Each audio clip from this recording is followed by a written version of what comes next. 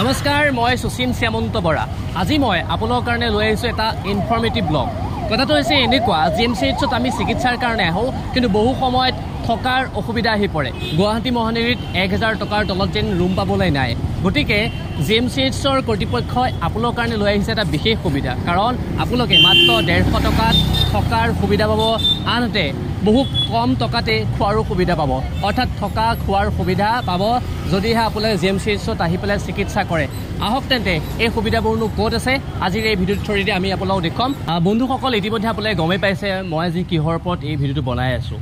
বহুতে মোক ফোন বা মেছেজ কৰি সোধে যে গুৱাহাটী মহানগৰীৰ বিশেষকৈ GMCHত চিকিৎসা কৰিবলৈ গ'লে আমি কম দামত ক'ত থাকিব পাৰিম, আৰু সেইকাৰণে আজিৰ এই ভিডিঅ'টো লৈ আনিছোঁ। মই ক'ব বিচাৰিছোঁ GMCHৰ অন্তৰ্গত আশ্ৰয় সদনৰ কথা।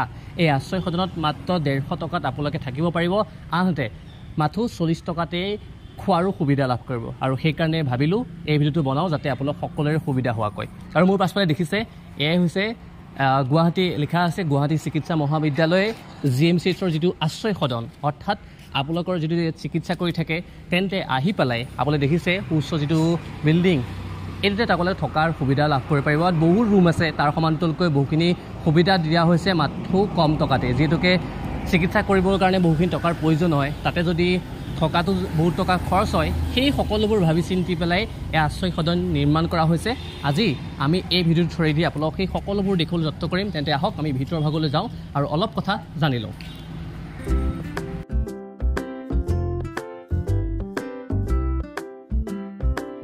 দৰ্শকসকল, মইতো আপোনালোক কৈ আছোঁ 150 টকাত থকাৰ সুবিধা পাব, কিন্তু চকুৰে নেদেখিলে জানো বিশ্বাস কৰিব পাৰি? এই চাওক, এনেকৈ ৰুমবিলাকৰ নাম্বাৰিং কৰি থোৱা হৈছে। এইটো হৈছে 3, অৰ্থাৎ 3 নম্বৰ ৰুম। আহক আমি আপোনালোকক দেখুৱাম। এনেকৈ থকাৰ সুবিধা পাব, অৰ্থাৎ মাথো 150 টকাত। আৰু আমি যদি ভিতৰৰ ভাগত সোমাই যাওঁ, এনেকৈ এইফালে 4খন বিচনা, আনফালে 4খন বিচনা, অৰ্থাৎ 8জন মানুহে থাকিব পাৰিব। তাৰ সমান্তৰালকৈ ইয়াত আপোনালোকৰ যিখিনি প্ৰয়োজনীয় সা সামগ্ৰী, সেই সা সামগ্ৰীসমূহ ইয়াত ৰখাৰ সুবিধা কৰি দিয়া হৈছে। অৰ্থাৎ বিশ্ৰাম সদন আপোনালোকে খুব কম টকাতে থাকিব পাৰিব। আৰু এইসমূহ হৈছে জেন্টছৰ ৰুম। ঠিক তেনেকৈ যিবোৰ মহিলা, সেই মহিলাসকলৰ কাৰণেও এনেকুৱা ৰুমবোৰ আছে। এনেকৈ বহু ৰুম আছে, তাৰ সমান্তৰালকৈ প্ৰতিটো ৰুমত 5ৰ পৰা 7খন বিচনা আছে। আৰু য'ত আপুনি ধৰি লওক লগত 2-3জন মানুহ লৈ আনিব পাৰে, ঘৰৰ তেনেকৈয়ে থাকিব পাৰে। কিন্তু আপোনাৰ GMCHত ভৰ্তি হ'ব লাগিব। GMCHত ভৰ্তি হোৱাৰ যিখন কাগজ, তাৰ সমান্তৰালকৈ এটা এড্ৰেছ প্ৰুফ লৈ আহিব লাগিব। আৰু এড্ৰেছ প্ৰুফটো লৈ আনি পেলাই ৰিচিপশ্যনত জমা দিব। আৰু তাৰ পিছতহে আপোনালোকে আহি পেলাই এই যিটো বিশ্ৰাম সদন, সেই বিশ্ৰাম সদনত থকাৰ সুযোগ লাভ কৰিব। আৰু আহক আমি এতিয়া যাওঁ কেণ্টিনলৈ, য'ত মেইন যিটো খাদ্যৰ বস্তুটোকে আমি চাই আহিব। আৰু কিছু দূৰ গৈ আমি পামগৈ কেণ্টিন, অৰ্থাৎ এইখনেই হৈছে সেই কেণ্টিন, অৰ্থাৎ ভোজন কক্ষ। আৰু ইয়াতে মাথো 40 টকাত আপোনালোকে যিসমূহ খাদ্য, সেই খাদ্যসমূহ লাভ কৰিব। ইতিমধ্যে মই আপোনালোকক থকাৰ যিটো সুবিধা, সেই সুবিধাৰ কথা ক'লোঁ। এতিয়া আহিছোঁ আমি কেণ্টিনলৈ। এই কেণ্টিনত আপোনালোকে মাথো 40 টকাত নিৰামিষ আহাৰ খাব পাৰিব। আৰু চব এয়া হৈছে কেণ্টিন, আৰু ইয়াতে বহি পেলাই খুব সুন্দৰকৈ সেই খাদ্য গ্ৰহণ কৰিব পাৰিব।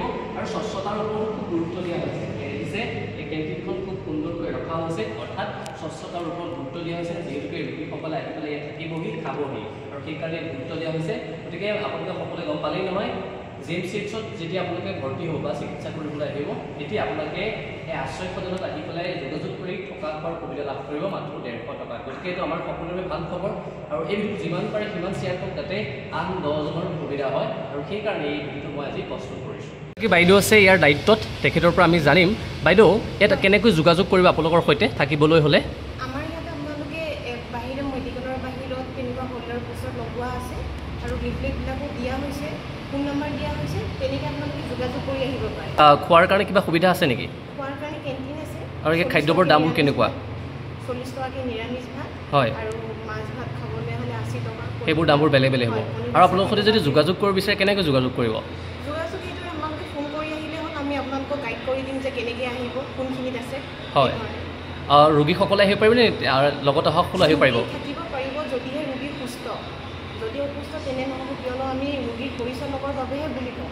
হয়, যদি ৰোগী অসুস্থ হয়, এটা ৰুমত আপোনাৰ 6জন-8জন মানুহ থাকিব। তাৰে মাজত যদি মই এজন বেছি অসুস্থ মানুহ দি দিওঁ, বাকীকেইজনেতো অসুবিধা পাব। হয়, সেইটো হিচাপে পেচেণ্ট ৰাখোঁ যদিহে তেখেত সুস্থ হৈ থাকে। আৰু লগত কি আনিব লাগিব তেওঁলোক যদি ইয়ালৈ আহে?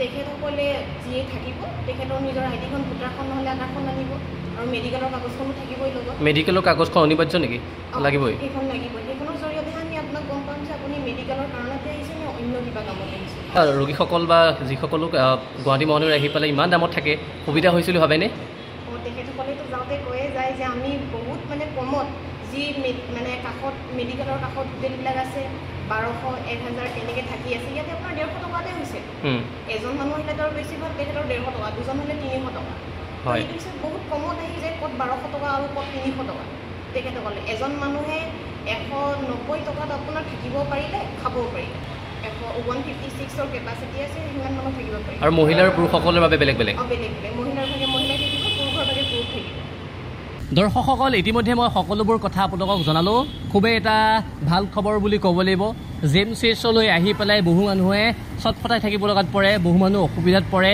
থকা খোৱাৰ সেই সমস্যাটোক লৈ এতিয়াৰ পৰা আৰু ইমান সমস্যা নহ'ব কাৰণ মাথো 150 টকাতে আপোনালোকে আহি পেলাই এই যি বিশ্ৰাম সদন আছে এই বিশ্ৰাম সদনত থাকিব পাৰিব তাৰ বিপৰীতে মাথো 40 টকাত আহাৰ গ্ৰহণ কৰিব পাৰিব যিসকলৰ থকা খোৱাৰ বা অৰ্থনৈতিকভাৱে দুৰ্বল সেই সকলোবোৰ ভাবি চিন্তি পেলাই এই বিশ্ৰাম সদন নিৰ্মাণ কৰা হৈছে আজি প্ৰায় 1.5 বছৰমান হ'ল গতিকে যিসকলে এই খবৰটো পোৱা নাছিল সেই খবৰটো দিবৰ কাৰণে আজিৰ এই ভিডিঅ'টো বনালোঁ আৰু আপোনালোকে যিমান পাৰে ভিডিঅ'টো শ্বেয়াৰ কৰিব যাতে আন 10জন মানুহৰ সুবিধা হয় আজিৰ এই ভিডিঅ'টো মই ভাবোঁ সকলোৰে বাবে এটা ইনফৰ্মেটিভ ব্লগ আশা ৰাখিছোঁ আজিৰ ভিডিঅ' চাই ভাল পালে পুনৰবাৰ আন এটা ভিডিঅ' লগ পাম আজিলৈ মানে ধন্যবাদ